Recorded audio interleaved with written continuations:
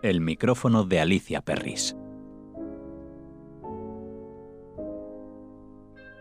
En la mañana de la rueda de prensa, me entrevisto con la comisaria de la exposición William Klein Manifiesto en el espacio Telefónica, Raphaël Estopin. Por razones de su agenda muy abundante, no hubo tiempo para la traducción simultánea, pero aquí les doy un esquema bastante detallado en español de lo que conversamos, seguida de la entrevista propiamente dicha en francés. Le pregunto a Raphaël Estopin ¿cuáles fueron los criterios para disponer el material del autor? Y me contesta: la idea es intentar reunir toda la vida creativa de William Klein, pintura, fotografía, cine, el grafismo, mostrar hasta qué punto había un vocabulario que atraviesa toda su obra, o hay un vocabulario que atraviesa toda su obra, influida por la idea de arte total. Le pregunto cómo se encuentran la comisaria y el artista en Madrid. Dice: es muy interesante aquí porque las condiciones son las de un museo y por lo tanto hemos traído cosas raras y preciosas, los contactos originales, obra inédita. Le comento unas declaraciones que Madame Estopin hizo al programa en France Culture de la televisión francesa, diciendo que Klein era la figura tutelar de la fotografía del siglo XX. Y me responde: sí, sigo pensándolo, aunque parezca un poco presuntuoso, incluso para un medio reciente como la fotografía, pero por su radicalismo o su radicalidad y la amplitud de su obra, sí lo es. Y ya están también, le digo, sus contribuciones a la publicidad y ¿Quién eres tú, Polly Magoo?, con la modelo Dorothy McGowan, a lo que me comenta. Después de los años 60 y los documentales, abordó el cine por toda la libertad que le podía dar. Polly Magoo es mucho más que una sátira del mundo de la moda, que se fija en la sociedad del espectáculo. Hay allí un florilegio de géneros, sugerencias de tipo Méliès, de la Nouvelle Vague, la telerrealidad antes de que apareciera realmente. Es de una riqueza increíble. Aparte de frecuentar, le digo, los ateliers de Fernand Léger y André Lhote, estudia en la Sorbonne, el señor Klein, como usted, ¿no? Le pregunto a Madame Estopin. No coincidimos, claro, y se sonríe, por una cuestión de tiempo. Pero las enseñanzas de Léger son importantes en la obra de Klein, en lo teórico y en lo estético. Léger animaba a sus estudiantes a salir del interior y enfocar la modernidad en lo urbano, y en temas que nadie tomaba en cuenta en esa época, como por ejemplo el mundo obrero, de las fábricas. Y le digo, siempre en París, en las ediciones du Seuil, publica Life is Good and Good for You, New York. Aquí comienza el lenguaje Klein, Raphaël, y contesta: ese es un momento muy importante en la vida de Klein y la historia de la fotografía, muy radical, sin compromisos para con nadie, con la ayuda de Chris Marker, una figura fundamental del cine francés experimental, pudo realizar este proyecto. En la exposición está la maqueta de ese libro nunca antes mostrada al público. Le pregunto ahora, ¿qué obras hay en Madrid después de las exposiciones de Tokio, Roma y Moscú? Y me dice: el corazón de la exposición aquí en Madrid es la serie sobre las ciudades y sus primeras pinturas, las abstracciones, su entrada en la fotografía de la calle, los contactos pintados. Queríamos traer una materialidad de la obra de Klein. Lo importante es el gesto, sus paneles pintados, poco exhibidos, una arquitectura coherente que no le deja repetirse nunca. Le comento a Raphaël Estopin que el ruido de fondo está preparado, que forma carne con la muestra, que no es simplemente ruido, que es una especie de gran banda musical, y me contesta que efectivamente esta propuesta auditiva junto con la gran visualidad de la obra de Klein evoca la cacofonía, la vida de la calle, a la que tan afecto es el maestro, y la realidad deseada por el artista. La comisaria y yo charlamos un buen rato más. antes de que la rueda de prensa tuviera lugar a todos los medios, pero por razones de minutaje lo dejamos aquí, con la invitación a los oyentes del micrófono de Alicia Perris para que visiten la obra de William Klein, Manifiesto, en el espacio Telefónica en la calle Fuencarral de Madrid. Hasta el próximo programa. Pásenlo bien. Shalom. La Fondation Telefónica présente l'exposition William Klein, Manifiesto, dans le cadre de la 23e édition de Fotoespaña à Madrid. C'est la première rétrospective dédiée à William Klein en Espagne. Il s'agit d'environ 245 œuvres. Bonjour Madame Raphaël Estopin, un grand plaisir de vous interviewer en tant que commissaire de cette exposition. Quel a été votre critère pour disposer tous ces matériels variés et généreux de l'auteur ici? Bonjour. Alors l'idée qui préside à l'exposition, c'était de tenter de réunir toutes les différentes vies créatives de William Klein, puisqu'il a à la fois abordé et successivement la peinture, la photographie, le cinéma, le graphisme, et donc il y avait vraiment cette envie de montrer chacune de ces facettes et de montrer aussi à quel point il y avait des éléments de vocabulaire comme ça qui traversent toute son œuvre et qui témoignent vraiment d'une grande cohérence, c'est-à-dire que Klein a été beaucoup influencé notamment par les idées du Bauhaus, à savoir l'idée d'une œuvre d'art totale qui puisse englober les différents médiums en son sein. Un Gesamtkunstwerk. Comment vous trouvez-vous et cet auteur à Madrid? Si vous vous trouvez bien ici, c'est commode, c'est confortable. Ah, la voilà. salle. Non, c'est très intéressant parce que les conditions sont celles d'un musée, donc ça nous a permis aussi de pouvoir emprunter des choses rares, précieuses aussi. On a des petits tirages d'époque dans la série des abstraits. On a pu aussi montrer les contacts originaux, également ses peintures, ses toutes premières peintures et ses peintures des années 60, donc beaucoup de choses inédites ou alors qui avaient été très rarement montrées. Vous avez déclaré sur une émission de France Culture que William Klein est la figure tutélaire de la photographie du XXe siècle. Oui, c'est comme ça. Vous continuez à le penser. À le penser, oui, bien sûr. Tout à fait. Oui, ça a été. Alors c'est vrai que ça paraît toujours peut-être un petit peu artificiel ou présomptueux de distinguer une figure comme ça dans l'histoire de la photographie. Même si c'est un médium relativement récent.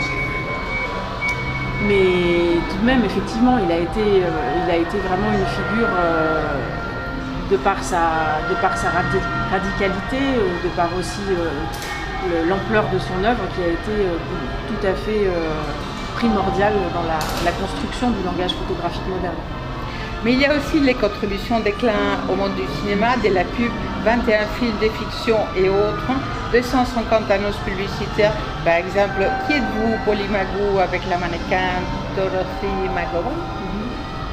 Oh, oui, donc on a aussi voulu vraiment faire une place pour ce pan de l'œuvre, parce que le cinéma, Klein l'a vraiment abordé au début des années 60, après une expérience aussi dans la direction de documentaires télévisuels. Et il a vraiment embrassé le genre cinématographique pour toute la liberté que ça pouvait lui donner et aussi d'une façon très, très engagée. C'est-à-dire qu'il a sa première œuvre de fiction, donc c'est Qui êtes-vous, Polymagou, qui est...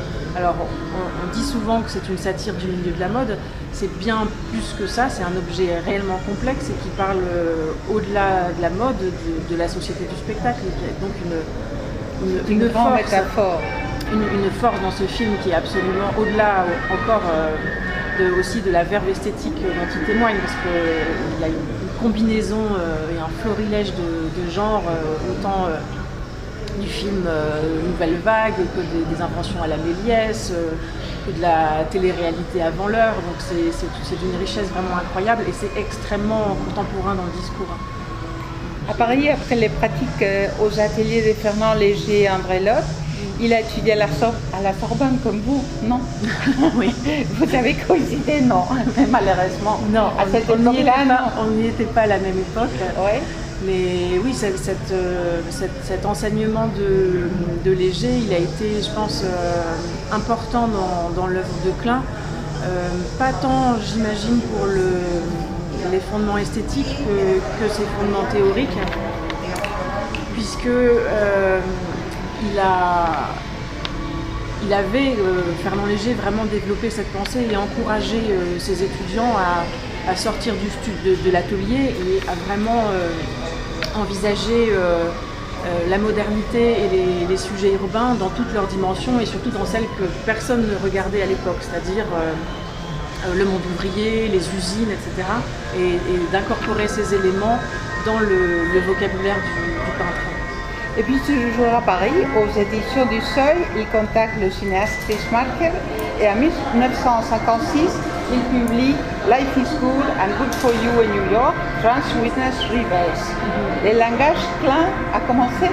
Oui, voilà, alors ça c'est effectivement un moment tout à fait important dans la carrière de Klein et dans l'histoire de la photographie, puisque ce livre reste, alors là encore, je vais être assez catégorique, mais comme le plus radical et le plus groundbreaking, c'est assez radical, non? Voilà, complètement. C'est quelqu'un de très déterminé, et ce livre, en fait, il a été effectivement réalisé selon les désirs de Klein, sans compromis, parce qu'il a aussi eu le soutien de Chris Marker, qui était donc cette figure de premier plan du cinéma expérimental français, et qui était directeur artistique du Seuil, cette édition française. Et donc quand il a vu le projet de Klein, il a dit moi je veux publier ce livre ou je claque la porte. Et donc le livre a pu voir le jour. Et on présente d'ailleurs dans l'exposition la toute première maquette du livre qui n'a jamais été montrée au public. Quelles œuvres trouve-t-on à Madrid, après Tokyo, Rome et Moscou, à part cette maquette dont vous parlez il y a un instant? Et effectivement, la série, le cœur, on va dire, de l'exposition, voilà, le cœur de l'exposition et son centre est dédié à ces séries sur les villes qui sont assez fameuses et auxquelles souvent on réduit un petit peu Klein, mais l'œuvre est très riche, donc on a ces premières peintures qui ont rarement été montrées. On a aussi une belle place qui est faite aux abstractions. Donc c'est la façon dont il est entré en photographie après la peinture, donc au début des années 50. Alors il est entré en photographie pas avec un appareil dans la rue comme on pourrait le croire, mais par ces abstractions géométriques faites en laboratoire, très inspirées aussi de Laszlo Molinach, du Bauhaus. Et puis une belle place aussi également faite au contact peint, donc contre des originaux, ce qui est assez rare. Et c'était aussi dans la volonté de ramener un peu de matérialité, de physicalité dans l'œuvre de Klein, parce que quelque chose qui est très important dans son œuvre, c'est vraiment le geste. Et on peut déjà le sentir évidemment de manière très forte dans les photographies. C'est quelqu'un qui est toujours vraiment au centre, qui est très proche de son sujet, qui est complètement en prise. Mais ramener aussi ce geste du peintre sur les contacts peints, aussi la matière de ces panneaux peints des années 60 qui ont été très très rarement montrés aussi, et qui encore une fois échafaudent comme ça une sorte d'architecture très très cohérente. Il y a ces signes graphiques qui traversent toute son œuvre et qui montrent à quel point il a su développer ces éléments de vocabulaire sans jamais se répéter non plus. Mais je pense que pour le spectateur, le visiteur de l'exposition, quand bien même il serait novice et vraiment pas du tout familier de l'œuvre de Klein, je pense que ces correspondances, elles transparaissent vraiment. Il faut absolument laisser clair que le bruit de fond qu'on entend, ça fait partie de l'exposition. Oui, on n'est pas dans la rue, mais oui, presque dans la rue par moment. Oui, mais c'est assez. Je pense que ça retranscrit bien aussi les moments la où Klein, cacophonie aussi qui est recherchée la par rue. moments chez Klein, c'est-à-dire que aussi dans son cinéma, par exemple, pour ceux qui auront la chance de voir Polymagou, il joue de cette cacophonie beaucoup au départ dans les scènes du film, tout à fait, dans Mohamed Ali aussi. Les paysages. Voilà, exactement. C'est encore une fois, c'est cette idée d'être en prise et vraiment au cœur de sa matière. Donc il y a une sorte de vertige et le son y participe aussi. Ouais. William Klein est un photographe de mode, chic, aveugle, mais aussi il embrasse la rue comme une confrontation et on dit aussi qu'il salit l'image. Oui, c'est-à-dire qu'il va faire fi des bonnes manières de l'époque et puis il va vraiment aller presque au corps à corps parfois. Il faut quand même vivre, survivre.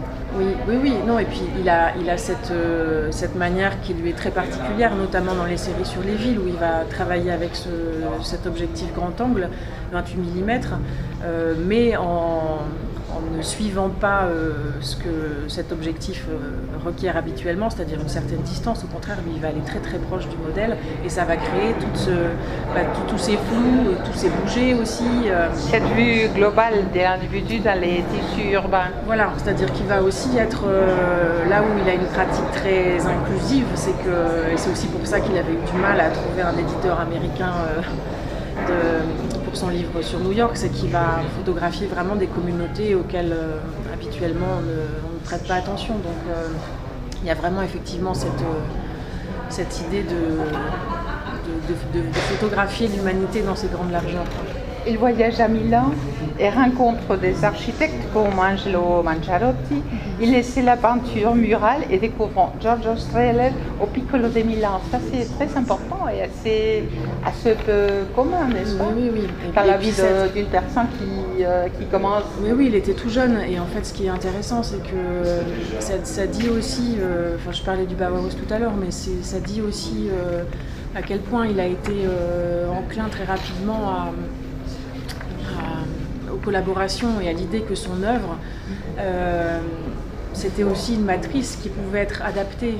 Et c'est quelque chose qui va vraiment traverser tous les pans de sa création, c'est-à-dire des abstraits par exemple. Donc là dans l'exposition on montre aussi les panneaux abstraits qui sont, donc c'est des panneaux rotatifs qui sont la version photographique des panneaux peints qu'il avait fait justement avec Angelo Mangiarotti, et c'était des panneaux peints qui étaient vraiment appliqués presque à du design intérieur, hein. Donc, et c'est aussi dans cet esprit-là qu'il va...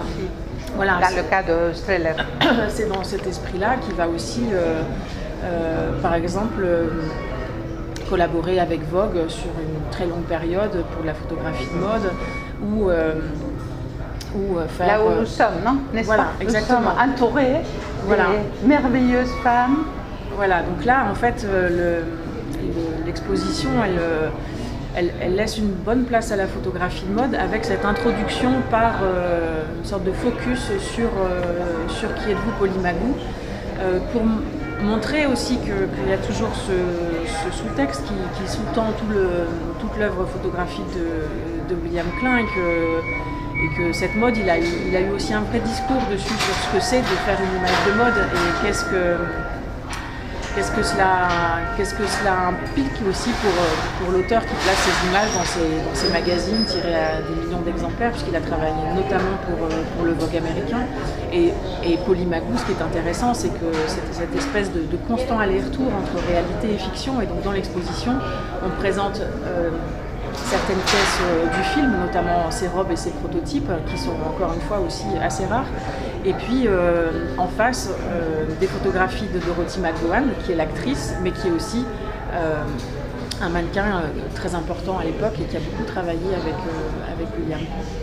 Comme lui disait son maître Fernand Léger, il a finalement rencontré les artistes du Quattrocento italien. Oui, c'est vrai qu'il a...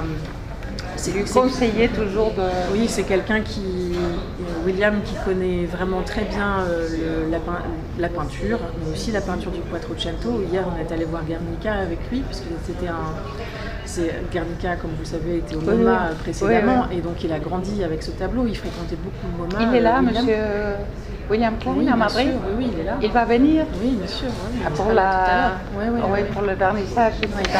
Et donc il a une vraie connaissance de la peinture et il est très sensible aussi au Quattrocento. Alors non seulement parce que effectivement il y a eu de très grandes réalisations appliquées à l'architecture au travers des fresques. Il connaît très bien Piero della Francesca, la Masaccio, et voilà. Et cette monumentalité aussi qui est inhérente à ces peintures. Et ça, effectivement, c'est quelque chose qui l'a beaucoup marqué. Vous avez été commissaire aussi à Arles, à l'abbatiale des Rouen, etc. Et vous faites part aussi du Festival Bière depuis des années. Oui. Ça quant à vous. Oui, alors je suis directrice d'un centre photographique en Normandie, à Rouen, où je peux développer une programmation à l'année. Et puis, au-delà de ça, j'ai aussi effectivement un travail de commissaire indépendante où je peux développer des projets alors selon les contextes monographiques ou thématiques. Et j'ai eu effectivement la chance de pouvoir travailler avec William en 2 occasions précédemment, donc une rétrospective à l'abbatiale Saint-Ouen, donc dans un cadre radicalement différent de celui-là, et très challenging, parce que justement avec des dimensions vraiment. Voilà, une architecture gothique. Alors ça a beaucoup amusé William, avec une hauteur sous voûte de 42 mètres. Surtout donc, pour un Américain. Voilà, et puis c'est vrai que William Klein est aime la densité aussi dans les accrochages. Et donc c'était un vrai défi, mais on a fait quelque chose de très probant, je pense, voilà, vraiment très spécial. Et une exposition aussi qui a eu lieu à la Villa Noailles sur Polymagou, et justement tout ce sous-texte extrêmement riche de Polymagou. Klein est un artiste engagé, surtout aussi.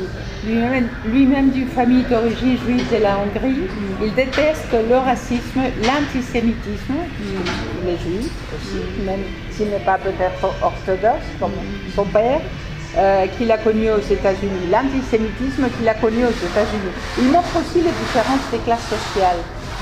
Oui, c'est quelqu'un qui a effectivement été très engagé au cours de sa carrière, et qui a pu vraiment, notamment au travers de l'œuvre cinématographique, on évoquait très brièvement Mohamed Ali par exemple, mais c'est vrai qu'il faut s'imaginer ce que c'est qu'un photographe qui travaille pour Vogue américain, donc qui fait vraiment partie d'une forme d'establishment, et qui parallèlement s'engage contre l'intervention américaine au Vietnam de manière très ouverte, qui va faire un film sur Mohamed Ali, qui, alors on pense Mohamed Ali, c'est un boxeur très célèbre, mais c'était aussi une figure très militante pour les et qui rappelle les bas-fonds toujours. C'est un sport un peu pas très bien considéré, c'est pas du golf. Mais voilà, non, c'est ça. C'est pas très bien considéré. Il a eu une vraie attention aussi pour ces figures comment dire, de minorités. Oui, de minorités et de gens qui se battent réellement, quoi. C'est-à-dire que Mohamed Ali, c'était aussi une allégorie de ça, quoi. C'était vraiment un combattant dans toutes ses dimensions, quoi. Un self-made man. Ouais. Il continue à travailler à Paris car il est né en 1928. Oui, il est résident à Paris depuis 1947. Bon, c'est pas déflorer quoi que ce soit que de dire que voilà, c'est quelqu'un qui a eu des positions, on va dire, anti-américaines. Il est encore aujourd'hui, il est très critique notamment de la politique étrangère des États-Unis, et c'est vrai qu'il se sent beaucoup plus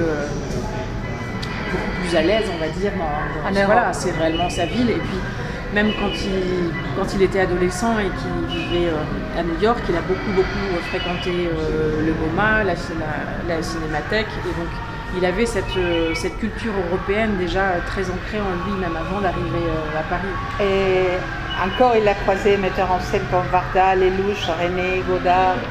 Oui, il a été, mais c'est quelqu'un qui a toujours été très en prise avec son époque, et aussi avec les différentes avant-gardes. Et il a, de par sa conception de l'art, qui était pas, on va dire, ne marche pas par catégorie.